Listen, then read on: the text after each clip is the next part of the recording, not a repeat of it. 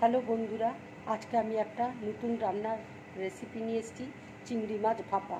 দেখো, চিংড়ি মাছকে ভেজে রেখেছি, পেঁয়াজ কুচি করে রেখেছি, কাঁচা লঙ্কা রয়েছে, টক দই রয়েছে, এখানে পোস্ত আছে, সর্ষে আছে, কাশ্মীরি লঙ্কার গুঁড়ো আছে, হলুদ আছে, নুন আছে, রসুন আছে। আমি এখন রসুন, সর্ষে আর পোস্ত, কাঁচা লঙ্কা একসাথে বেটে নেব। টিফিন কৌটোর মধ্যে আমি চিংড়ি মাছটা দিয়ে দিচ্ছি, পেঁয়াজ কুচি দিয়ে দিচ্ছি,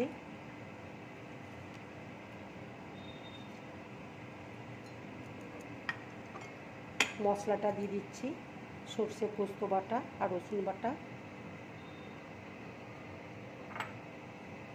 টক দই দিয়ে দিচ্ছি,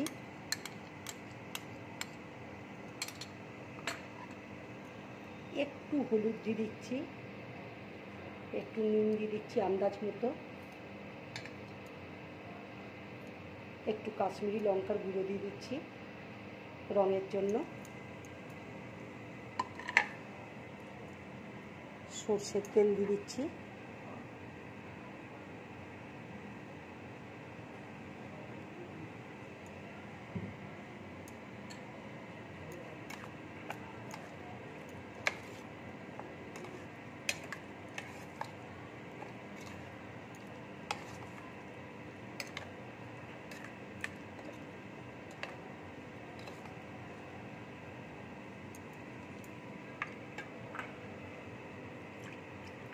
মশলা ধোয়া জল সেটা একটু দিয়ে দিচ্ছি,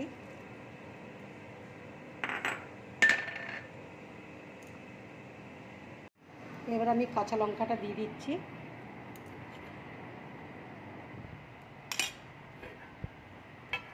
টিফিন কৌটোর মুখটা লাগিয়ে দিলাম, দিয়ে এখানে কড়াই স্ট্যান্ডের মধ্যে আমি দিয়ে দিচ্ছি।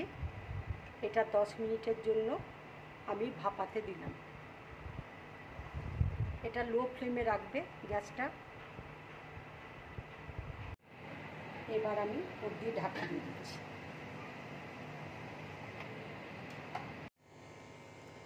দেখো, আমার চিংড়ি ভাপাটা মনে হয়ে গেছে।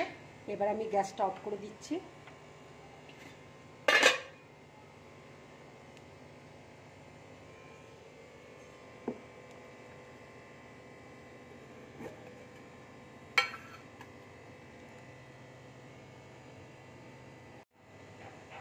এই দেখো, আমার চিংড়ি ভাপাটা হয়ে গেছে। এইভাবে চিংড়ি ভাপা করবে, খুব ভালো লাগবে খেতে। এটা গরম ভাতের সাথে খাবে, খুব ভালো লাগবে। যদি আমার রান্নাটা ভালো লাগে, লাইক করবে, শেয়ার করবে আর ড্রিম ব্লগ চ্যানেলটাকে সাবস্ক্রাইব করবে।